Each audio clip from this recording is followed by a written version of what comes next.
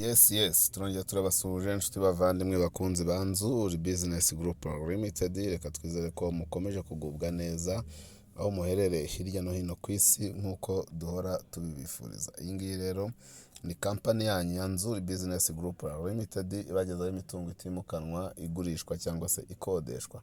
Si ibyo gusa kubera ko tubasha no kububakira kandi tukamanaginga imitungo yanyu mu buryo bugezweho. Nk'uko rero muri kubibona ku mashusho, tugiye kubereka inzu nziza, nakwita ko ari nk'iyo gufata ikibanza, iri hano mu mujyi wa Kigali mu karere ka Nyarugenge ahazwi nka Norvège.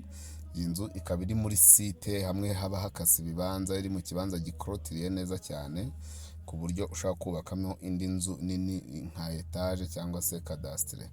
Iyi nzu rero iri muri iki kibanza ifite ibyumba bitatu byiza byo kuryamamo, ikagira douche na toilette ebyiri, ikagira salon ndetse na cuisine mu nzu.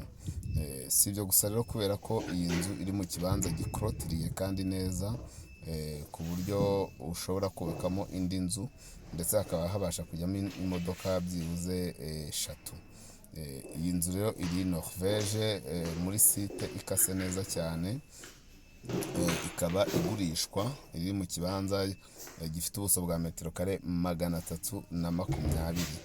Si ibyo gusa kubera ko iyi nzu ifite n'ikigega cy'amazi, ifite clôture nziza cyane ndetse y'amatafari ahiye, ndetse ikaba iri muri quartier nziza cyane nk'uko mwagiye mubibona ku mashusho. Iyi nzu rero irashaka amafaranga make cyane kubera ko ishaka miliyoni 35 ziganirwa negosiyable. Waza uvuga uti ifite 30 cyangwa munsi yayo, biterwa nuko uri bwishyure nuko kandi karibu cyane. Rero iwacu muri inzu ni umwami wakunze iyi nzu. Ushaka kuvuga ko muzaza waduhamagara kuri 0788 48 cyangwa se 078123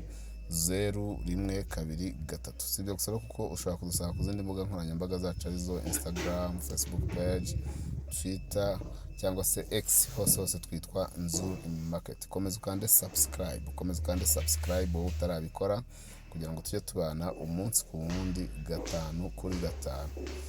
Iyi ngiyi rero ni Nzuri Business Group Limited. Mukomeze kumugubwe neza, turabakunda cyane. Ciao.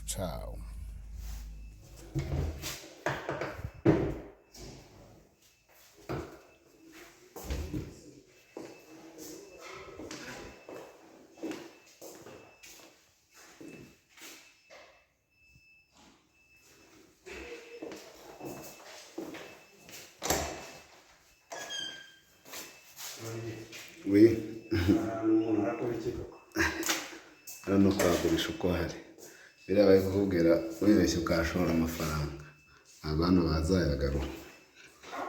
Hano ukuntu hagurwa ndakuzi, reka gutegereza kereka Norvège iriya niyo bagura, naho hano ntabwo bahagura. Hano hagurwa make.